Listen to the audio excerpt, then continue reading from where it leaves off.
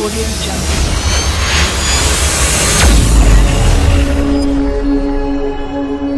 Audio Jungle.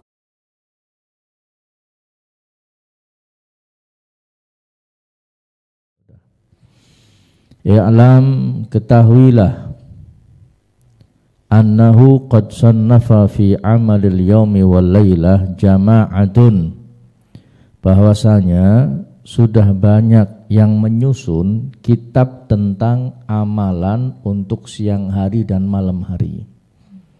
Banyak sekali. Di zaman Imam Nawawi tahun sekitar 600-an itu sudah banyak yang menyusun kitab tersebut ya, tentang amalan apa yang mesti dibaca di pagi hari, di siang hari, di malam hari. Itu sudah banyak yang menyusun.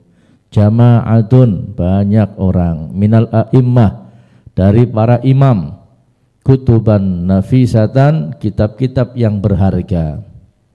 Rawau fiha, yang mana mereka meriwayatkan di dalamnya, madzakaruhu, apa-apa yang mereka sebutkan, biasanidihimul muttasilah, dengan sanad yang nyambung.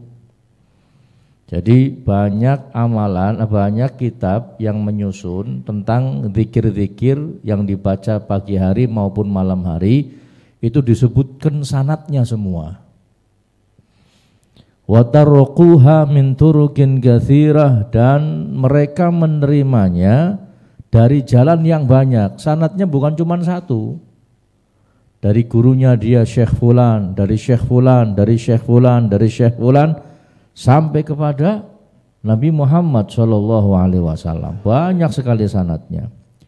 Wa min ahsaniha, dan yang terbaik, yang paling baik dari susunan atau kitab-kitab itu, hadirin, amalul yaumi wal lailah, amal pagi maupun malam hari yang disusun oleh lil Imam Abi Abdurrahman An-Nasa'i, yang disusun oleh Imam An-Nasa'i. Wa ahsanu minhu, dan yang lebih bagus lagi dari itu, wa angfasu, dan lebih berharga, wa aktsaru fawaida, dan lebih banyak keutamaan-keutamaannya, kitabu amalil yaumi walailah, yaitu kitab amal pagi dan siang hari dan malam hari, li sahibil Imam Abi Bakrin Ahmad bin Muhammad bin Ishaq As-Sunni radhiyallahu anhum. Yang punya kitab ini namanya Al-Imam Abu Bakar Ahmad bin Muhammad bin Ishaq As-Sunni, atau disebut dengan Imam As-Sunni atau Syekh As-Sunni radhiyallahu anhum. Semoga Allah meridhai mereka semua. Setelah itu, hadirin, Imam Nawawi melanjutkan perkataannya, wa qad sami'tu ana jami'a kitab Ibnu Sunni. Oh, namanya Ibnu Sunni, terkenal dengan Ibnu Sunni. Saya telah mendengar semua tentang kitab Ibnu Sunni, ya semuanya, an syekhina, ala syekhina, atas guru kami, Al-Imam Al-Hafidh, yaitu Al-Imam Al-Hafidh Abil Baqa, namanya Abul Baqa Khalid bin Yusuf bin Sa'ad bin Hasan radhiyallahu anhu. Saya dengar dari guru saya namanya Abul Baqa Khalid bin Yusuf. Qala akhbarona, di sini disingkat qala ana, maksudnya akhbarona atau haddatsana. Qala, berkata, telah mengabarkan kepada kami Al-Imam Al-Allamah Abul Yumni Zaid ibnul Hasan ibni Zaid ibnul Hasan Al-Kindi sanatasnatain wa sittimi'ah. Kami telah mengabarkan kepada kami dari Imam Al-Alamah, ini gurunya Imam Nawawi, dapat kabar, dapat kitabnya Ibnu Sunni ini dari gurunya lagi, namanya Abul Yumni, ya, atau Abul Yaman Zaid bin Hasan Al-Kindi, tahun 600 berapa? 662, 602, ya, 602, tahun 602. Kemudian qala, beliau berkata, ana syekh, akhbarana syekh, telah mengabarkan kepada kami gurunya lagi apa? Syekhul Imam Abdul Hasan Sa'dul Khair Ibni Muhammad bin Sahal Al-Ansari. Dari gurunya lagi. Kemudian qala akhbarana Syekh Al-Imam Abu Muhammad Abdurrahman bin Hamad bin Hasan Ad-Duni. Dari gurunya lagi itu. Qala akhbarana Al-Qadi Abu Nasr Ahmad bin Husain bin Muhammad bin Kasar Ad-Dainuri atau Ad-Dinawari.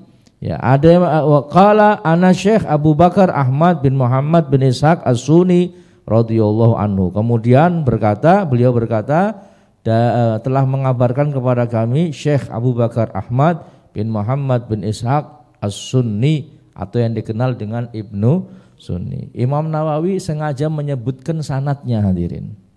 Kenapa beliau menyebutkan sanadnya? Kemudian beliau meneruskan wa innama dzakartu hadzal isnada huna, dan kami atau saya menyebutkan isnad atau sanadnya di sini itu hanyalah kenapa? Li'anni sa'angkulu min kitab Ibnu Sunni insyaallahu taala jumalan. Sebab aku itu akan menukil dari kitabnya Ibnu Sunni. Nah, jadi dalam kitab Al-Adhkar ini banyak menukil dari kitabnya Ibnu Sunni. Yang beliau dapatkan kitab Ibnu Sunni ini dari gurunya.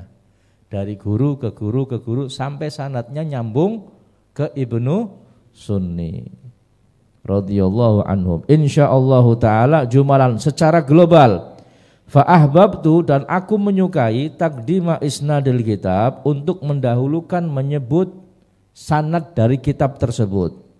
Wa hadza mustahsanun, dan hal ini dianggap baik inda a'immatil hadis wa ghairihim, di sisi para imam hadis dan yang lain. Wa innama khasastu dzikra isnadi hadzal kitab, dan saya ini khusus menyebutkan sanad dari kitab ini. Kenapa saya sebutkan hanya kitab ini yang saya sebutkan? Likaunihi ajma'al kutubi fi hadzal fan, sebab kitabnya Ibnu Sunni itu kitab yang paling lengkap dalam disiplin ilmu ini. Maksudnya dalam masalah zikir yang paling lengkap adalah kitabnya Ibnu Sunni. Wa illa, selain itu fajami'u ma adzkuruhu fihi li bihi riwayatun sahihatun bisama'atin muttasilatin bihamdillahi ta'ala illa syadza an-nadhira. Selain itu, ya semua yang aku sebutkan di dalamnya ini semua beliau dengar dari riwayat yang sahih, yang beliau dengar sahih nyambung bihamdillahi ta'ala, ya alhamdulillah segala puji bagi Allah Subhanahu wa taala, kecuali hadis syadz yang jarang sekali. Jadi beliau menyebutkan dalam kitab ini semua sanadnya nyambung dari guru ke guru ke guru ke guru ke guru sampai kepada siapa? Sampai kepada perawi hadis tersebut. Mungkin Imam Bukhari, ya Imam Muslim, mungkin hadis-hadis yang lain. Atau kalau itu sebuah kitab, maka sanad riwayatnya nyambung ke penyusun kitab itu. Ya, inilah yang dilakukan oleh guru-guru kita, yang dilakukan oleh guru-guru kami, ya, ketika mempelajari sebuah ilmu itu sanadnya nyambung dari guru ke guru ke guru, ya sampai kepada baginda agung Nabi Muhammad sallallahu alaihi wasallam. Dan memang hadirin, yang namanya ilmu itu harus dengan sanad. Seandainya tidak pakai sanad, maka orang itu akan bebas mengatakan ini dan itu. Seandainya enggak ada sanad, orang akan bebas mengatakan ini dan itu. Seperti saat ini yang sering terjadi. Orang berbicara hukum, berbicara tentang Islam, berbicara tentang syariat, itu bukan dengan sanad, bukan dengan keilmuan yang mumpuni, tapi menurut pikirannya sendiri. Menurut apa? Pikirannya sendiri. Wis pokoknya hukumnya kudu kayak gini, secara akal masuk akal. Kalau yang ini enggak masuk akal, dengan pikirannya sendiri. Ketika ditelusuri omongan itu dari mana? Oh, dari fulan bin fulan, dari fulan bin fulan, dari fulan, ujung-ujungnya syaitoni rojim. Kan kita enggak tahu hadirin, ini ilmu dari mana datangnya, ucapan ini dari mana datangnya. Kok ada hukum ini, ada hukum yang baru ini, ada omongan seperti ini, ya, bahkan sampai menetapkan, ya, kalau seandainya ulama sedunia mengisbat nasabnya fulan, maka saya tidak akan mempercayainya. Ini ilmu dari mana hadirin? Ujung-ujungnya syaitoni rojim. Na'udzubillahi min dzalik. Ini yang seperti ini nggak bisa dipertanggungjawabkan. Orang kalau nggak bicaranya nggak pakai sanad, maka dia akan ngelantur omongannya. Dan kalau sudah ngelantur nggak bisa dipertanggungjawabkan secara ilmiah. Paham ya? Dengan mesti cerdas dalam menyikapi hal ini. Ini pentingnya beliau menyebut sanad dari apa yang akan beliau sampaikan dalam kitab ini, karena memang sanadnya ini ilmunya ini dapat dipertanggungjawabkan. Kalau tidak ada tes DNA berarti nggak bisa dibuktikan. Berarti kon itu anaknya bapaknya kon kabeh. Nanti tes DNA nih ada. Ada. Islam nggak menyebutkan seperti itu hadirin. Memang bisa dipakai untuk menentukan ketika ada kesulitan di dalam menentukan nasabnya ini siapa. Cuman nasab yang dekat, nasab yang jauh nggak bisa. Cuman secara umum yang namanya nasab ya pakainya apa? Dengan perkawinan secara sah. Oh DNA-nya nyambung, tapi dia nggak kawin secara Islam. Bapaknya duduk, bapaknya bukan hadirin. Sekalipun DNA-nya nyambung, nggak ada ikatan perkawinan secara Islami, nggak bisa. Bahkan hukum Islam, bahkan hukum Indonesia nih, Indonesia di peraturannya, di peraturan pernikahan, ketika ada orang yang menikah, orang yang melahir, anak yang lahir, kemudian antara akad nikah ya, dengan kelahirannya itu kurang dari 6 bulan, nggak bisa nisbat ke bapaknya. Nisbatnya kemana? Ke ibunya hadirin, karena nggak dianggap bin bapaknya hadirin. Ini secara aturan, baik aturan agama maupun aturan negara. Alhamdulillah negara kita mengadopsi syariat Islam ini, walaupun ada beberapa yang belum, tapi masalah ini mengadopsi. Ya. Jadi orang ini banyak ngelantur masalah hukum, ya. Karena apa? Karena dengan pikirannya sendiri. Ya. Nah ini makanya pentingnya belajar pakai kitab hadirin, enggak asal-asalan ngomong.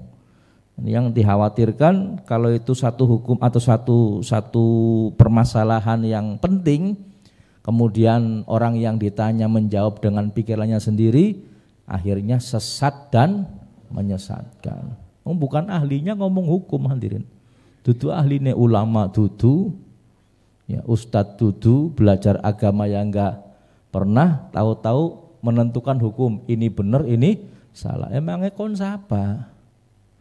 Kalau sekali berimam Nawawi kita percaya. Ya, tapi kalau orang yang nggak pernah belajar agama, tahu-tahu ngomong hukum Islam, ya ngelantur hadirin. Famin dzalika ma angkuluhu minal kutubil khamsati. Dan dari itu juga apa-apa yang aku nukil dari kitab yang 5. Allati hiya usulul Islam, yang mana kitab itu termasuk kitab induk dalam agama Islam. Wahya sahihani, diantaranya adalah 2 kitab paling sahih, yaitu Bukhari dan Muslim. Juga Sunan Abu Dawud atau Sunan Abi Dawud, wa Tirmidzi dan Sunan Tirmidzi, wan Nasa'i dan Sunan Nasa'i. Wa min dzalika ma huwa min kutubil masanidil wasunan, dan juga termasuk dari kitab-kitab musnad dan kitab-kitab sunan. Ka Muwatta al-Imam Malik, seperti kitab Muwatta'nya Imam Malik, seperti kitab musnadnya Imam Ahmad bin Hambal, dan seperti kitabnya Abu Awanah dan Sunan Ibnu Majah, wa Daruqutni wal Baihaqi wa ghairiha, dan yang lain minal kutubi, dari kitab-kitab, wa minal ajza, dan dari juz-juz atau bagian-bagian, mimma satarahu insyaallah taala, yang nanti Anda akan lihat di dalam kitab tersebut.